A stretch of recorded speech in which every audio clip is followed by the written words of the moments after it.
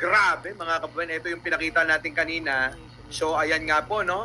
Sabi ng sabi ng DZMM News Television, just in, dalawang riding and tandem suspect sa pagpatay sa pro-Marcos vlogger sa Caloocan na aresto na. Siya, Mabalacat, Pampanga! Mabalacat, ang layo mga kababayan, ano? At ito na nga ho yung press con. Tuloy-tuloy na natin mga kababayan, ha? Ito na nga ho yung press con kanina. Pasok! Ito na mga kababayan, ha? Pakinggan natin.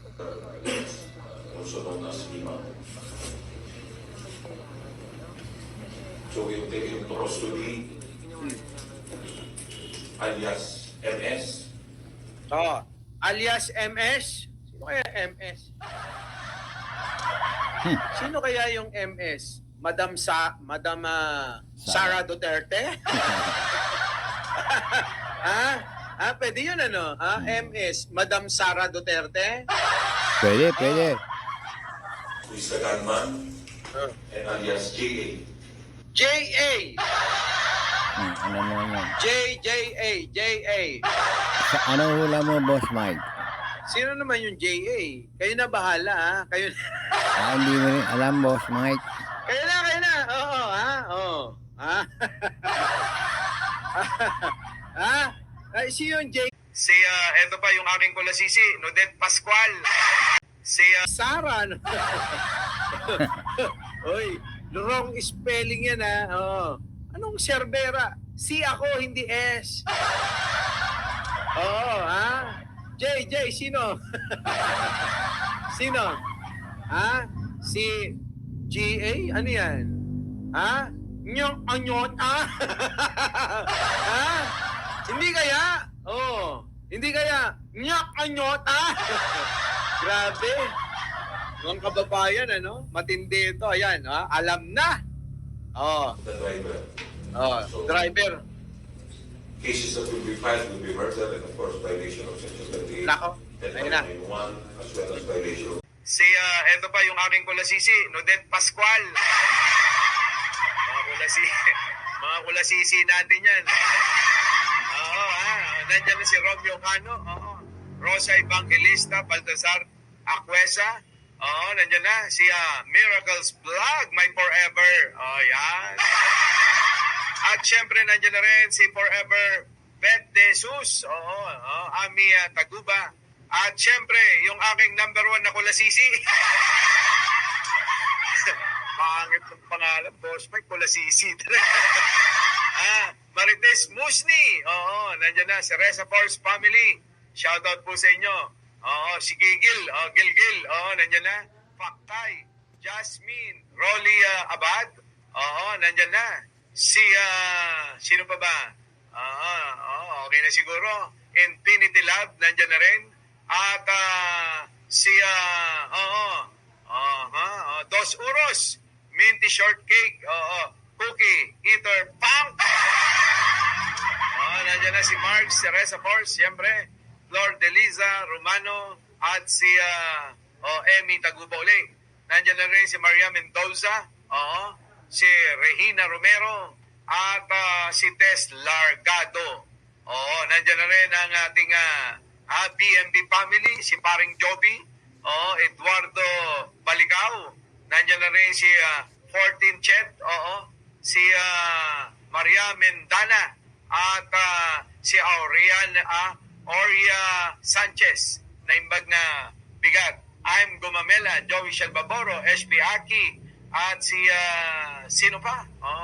Si Lito, Kim Peace, Tato, Alex Baligana, at si Lizzie Pebbles. Nandiyan na rin mga kababayan si Virginia Romero. Break na tayo. Yung ating kulasisi pang isa, Lord Teresa Romano. Nandiyan na. Shoutout po, Teresita.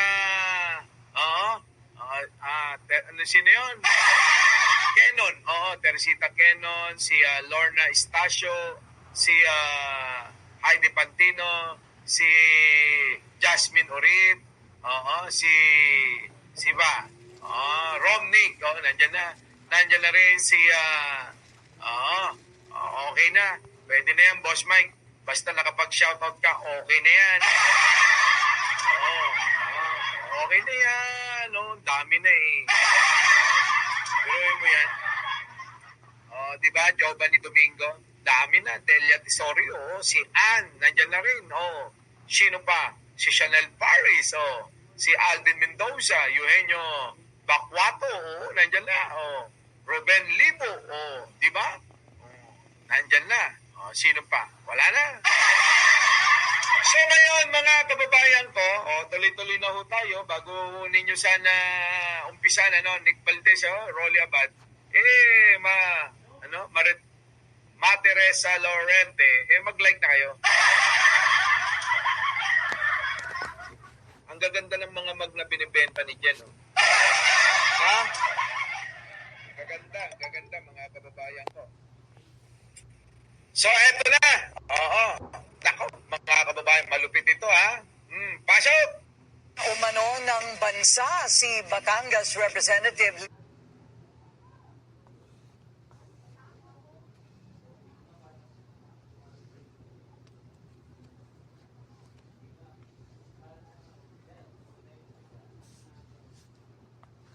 Batangas Representative Leandro Leviste.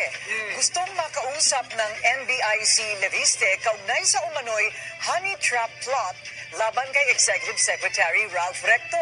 Yan na mga kababayan. Hindi na dumalo sa Bugaw din pala DOJ. si Mike Defensor. Bugaw din si Leandro Leviste. Itong si Leviste. At yung asawa, yung nanay, hindi na rin nagpapasok ng Senado. mga kababayan ko, Sa Senado. ng Senado. Nakuha nyo mga kababayan, hindi na rin nagpapasok ng Senado. Ngayon, ang problema, paano na ngayon ang impeachment trial? Kung karamihan ng mga minority, paubos na. Wala nang matira-tira mga kababayan eh. Isipin nyo maiging maigi ha. Pansinin nyo maigi to ha. Ang mga Duterte senators, itong minority bloc ng Senado, paunti-unti na silang nawala. Nawala na si Jinggoy, nawala na si Marcoleta.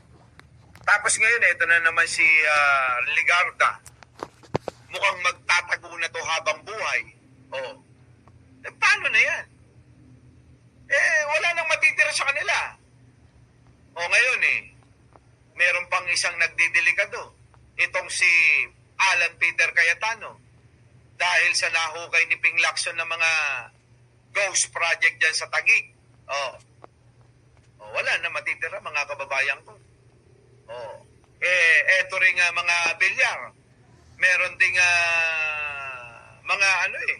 mga kinakaharap na mga kaso. Isa lang ang pinagtatakahan ko. Napansin nyo ba si Bongo? Sige nga, isipin nyo maigi si Bongo. Na imbis na makita nyo na nakikipagbalit-taktakan kahit mapahiya na. Diba? Kahit mapahiya na. Sino?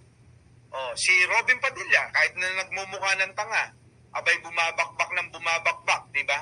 Yan, si Bato, nagtatago pa, sabi ni Marites Musni. Bakit si Bongo? Kakaiba sa lahat. Si Bato, nagtatago na nga. Si Jinggoy, ayun, nakakulong na.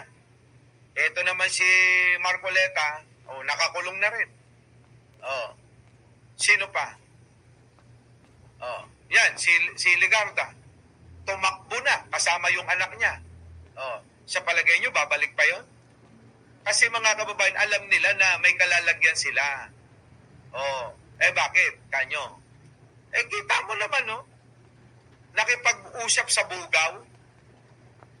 Diba? Nakipag-usap ka sa Bugaw at merong conversation, mga kababayan. Sila mismo. Alam nyo, tanga tong mga ito eh. Siguro nakampante sila, Nakampante sila na hindi sila ilalaglag o kaya hindi mabibisto. Siguro, lagi nilang sugi yan.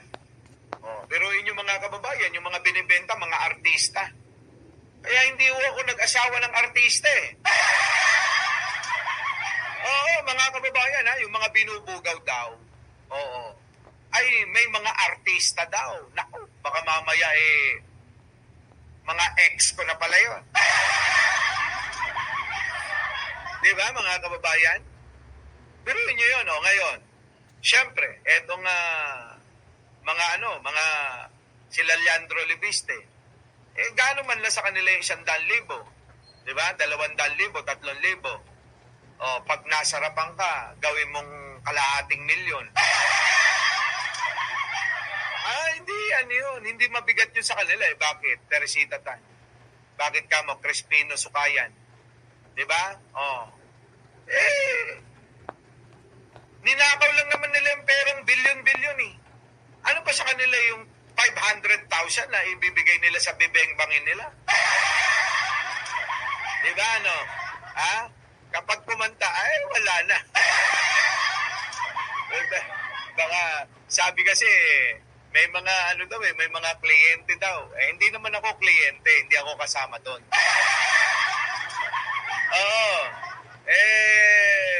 Hindi tayo pang bayad eh. Ayoko nung ganun, yung bayad. Hindi ko napipil yung beng-bang nun. Kailangan kasama puso. Ganun, Kailangan kasama yung pagmamahal nila. Ngayon, eto na ho. Kumpirmado na ho na eto hong mag-ina na Legarda Leviste, pumunta na nga ho sa ibang bansa. Detalye sa agenda report ni Andrea Salve. No-show si Batangas 1st District Representative Leandro Leviste sa subpina ng NBI National Capital Region. Ayan na. Kita nyo mga kababayan ha. Diyan yan sa Pasay. No show. Dinedman niya eh. Di ba? Di ba? Tuloy. Kaugnay sa gupugulong na investigasyon sa umano'y character assassination plot laban kay Executive Secretary Ralph Recto. Ayan Pero na. sa sulat na ipinadala ng kanyang kampo sa tanggapan, late po today, na-receive po natin yung letter from the lawyers of Congressman Leandro Leviste requesting for some pieces of documents na according to them na pwede nilang pag-aralan, asking for the nature of the case. Wala na mga kababayan. Kirby Pasqua. Bambina, late ka na. Di ba? Sherry de la Carriazo. Naku, mga kababayan ko. Kasi, ito lang yan. Sabi ko nga kagabi, kung ikaw ay walang kasalanan, kung alam mo sa sarili mo na wala kang ginawa na mali, wala kang dapat ikatakot, di ba?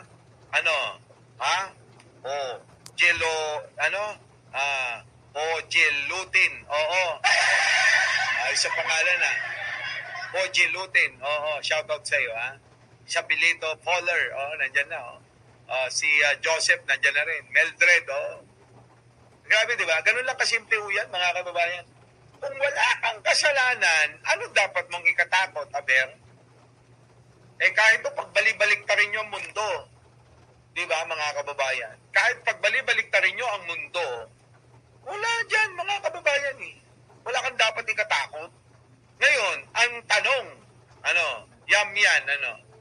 Julie Yeshida. Di ba? Bakit ka tumakbo? Bakit ka nagtatago? Del Manzano, Tommy Cereza Force, Rapi Carlos, Rosemary,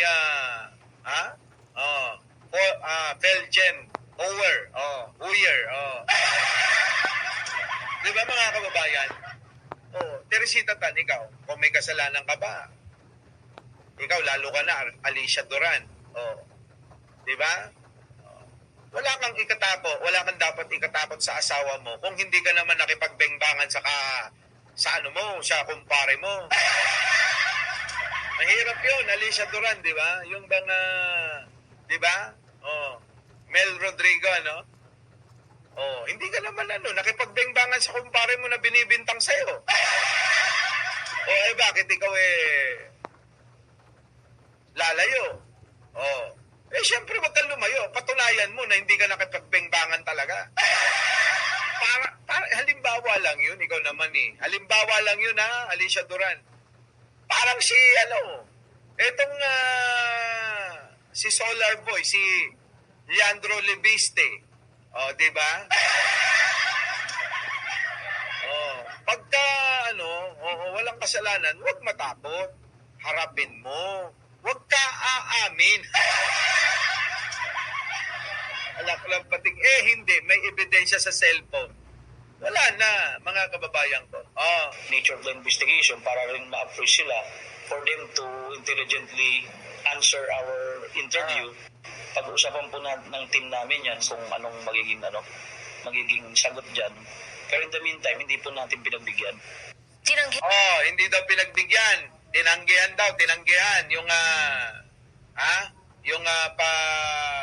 sulat ni Leandro Leviste dumaan sa kanyang abogado. din ng NBI ang kaparehong hiling ng kampo ni dating Negros Oriental Representative Jean Paras. Una na nilang hiniling ang ilang dokumentong may kaugnayan sa kaso, kabilang na ang sworn affidavit ng naarestong umano'y bugaw at ang iba pang mga ebidensya na hawak daw ng NBI. Mayroon po tayong batas dyan na talagang pagka ang isang dokumento ay subject po ng present investigation o current investigation, hindi po pwedeng i-share yan. Kasi mako-compromise yung investigation. Plus yung Kobe Geronimo. Mabuhay kayo dyan sa atin sa Australia. Kita-kita tayo soon.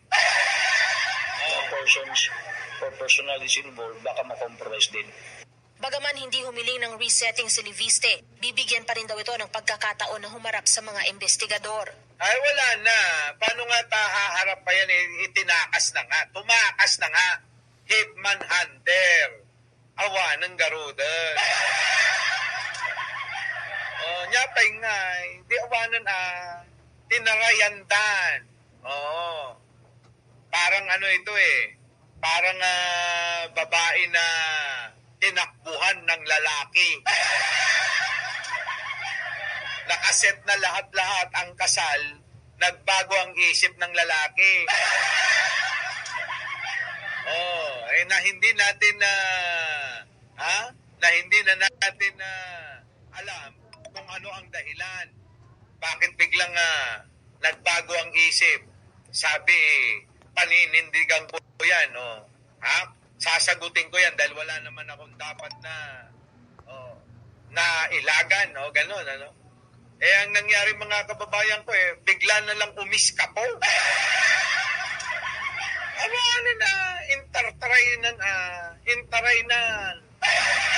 Intarainan, bagbaginan, ganon. Diba? Anong runaway bride? Hindi. Runaway groom. Ganon, Miracles Flag.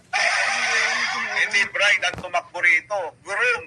Groom ang tumakbo. Siguro naalala niya nung nabengbang niya.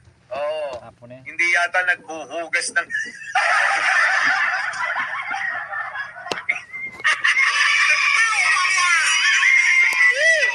Let's go! Di ba? Grabe niya. Nabangbang sitpaymat ng padas.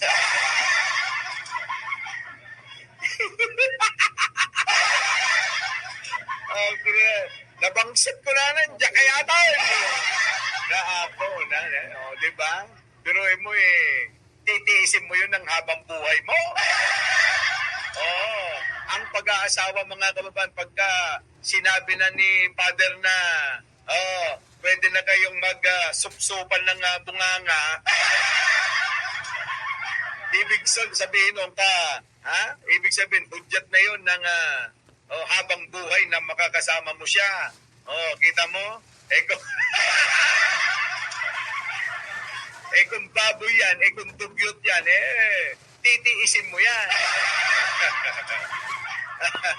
Ay, nako, ewan ko sa inyo. Ang aga-aga. Wala po tayong inaakusahan pa ng kung anong pagkakamali o krimen o ano. Just to invite them to explain their side. Due process. That's the principle of due process. Kagaya ng ibinigay nilang petsa kay Paras, pareho raw ipagpapaliban ang pagdalo ng dalawa na mula August 6 ay ginawa ng August 11. At kung hindi man sisipot sina Leviste at Paras, magpapatuloy pa rin daw ang investigasyon. Nako, abogado rin naman yata to si Paras, di ba? Ito namang si Leviste, marami naman tong alam. Alam nyo, inaantay ko nga ito yung mga pasabog niyang sinasabi niya eh. Na kapag ako, di ba? May mga ganun-ganun siya. Huwag sana ninyo akong papatayin. May pa ganun-ganun pa tong gago na to eh. Tapos ang ending, mga kababayan, tatakbo pala. Para sa agenda, Andrea Salve, Billionaire News Channel. Diba? Ayan ha, mga kababayan ha. Ngayon, eto. Sunod natin. Pasok. Talent manager na siya umano ang nagtimbre kay Executive Secretary. Ito ang naging dahilan kung bakit nabuking yung plano ni Jing Paras daw at ni Leandro Leviste. Yung mismong bugaw ang nagbunyag, atipay, atipi, Micah Papas, shout out. Mary Love, Sweetie. Di ba, Norely Cruz? Yung mismo eh. Siyempre, lagi. Sino? Yung bugaw mismo ang nagsabi na inarkila daw siya di umano ng ng mga taong nasasangkot ngayon, si Leviste at si Jing Paras, para i-frame up, para maging kasangkapan ng character assassination laban nga sa ilang mga kilalang mga kaalyado ni Pangulo at nasa gobyerno, executive. Yan, si Executive Secretary Ralph Recto kasama, at kasama din yung DPWH Secretary na mura ng mura din, si Benz Dizon. Marami silang yayariin eh. Biruin nyo, pumupondo sila. Biruin nyo, yung bayad nila 1 milyon kada isang bengbang. Ang pondo nila 5 milyon, mga kababayan. Kung ikaw, sanay ka naman sa bengbangan na pukpukan, mga kababayan, yung parang may buhok yung bibig ko, parang diba? Kung sanay ka naman sa pukpukan, 5 babae yata yung kinuha nila. Ang tanong kasi dyan, tag 1 milyon ba talaga makukuha ng mga babae? Baka naman yung bugaw, malaki ang cut niya. Naku, malaki kinakat nila dyan. Mga walang yari yung mga bugaw na yan eh. Sa totoo lang, hindi naman sila yung mahihirapan. Hindi naman sila yung bubuka, tutuwad, titihaya, tatagilid. Pero mas malaki pa yung kinikita ng bugaw dyan, mga kababayan. Maniwala kayo. Sobra. Diba? Boss Mike, pasimple lang yan sila. Nilibiste, bugaw-bugaw. Nako! Diba? Yan yun. Lugi pa. Lugi talaga. Alam na Angelito Untala, no? Diba? Ay Morena, no? Yung aking mga kulasisi, sila Ay Morena, yan, no? Nandyan na. Grabe, no? Mga kababayan ko. So ngayon, ang tanong dito, bakit? Bakit tumakbo? Bakit takot magpakita itong mga ito? Nag-iisip pa siguro ng maigi ng kanilang mga dedepensa.